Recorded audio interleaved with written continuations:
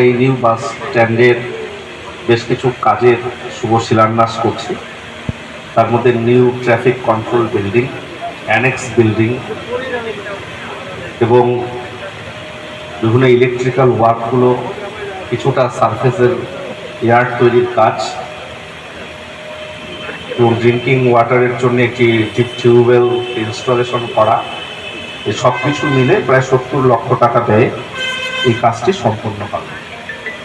আপনারা জানলে খুশি হবেন, এই অর্থ আমরা আমাদের সংস্থার যে ফান্ড, সেই ফান্ড থেকেই আমরা করাচ্ছি।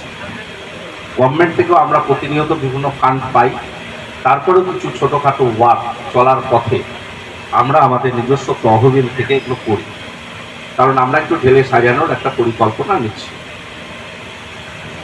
এই বেসিক কাজগুলো করবার প্রয়োজনীয়তা রয়েছে, দীর্ঘদিনের দাবি। এই এনবিএসটিসির নিউ বাস স্ট্যান্ড কোচবিহারের একটা গুরুত্বপূর্ণ।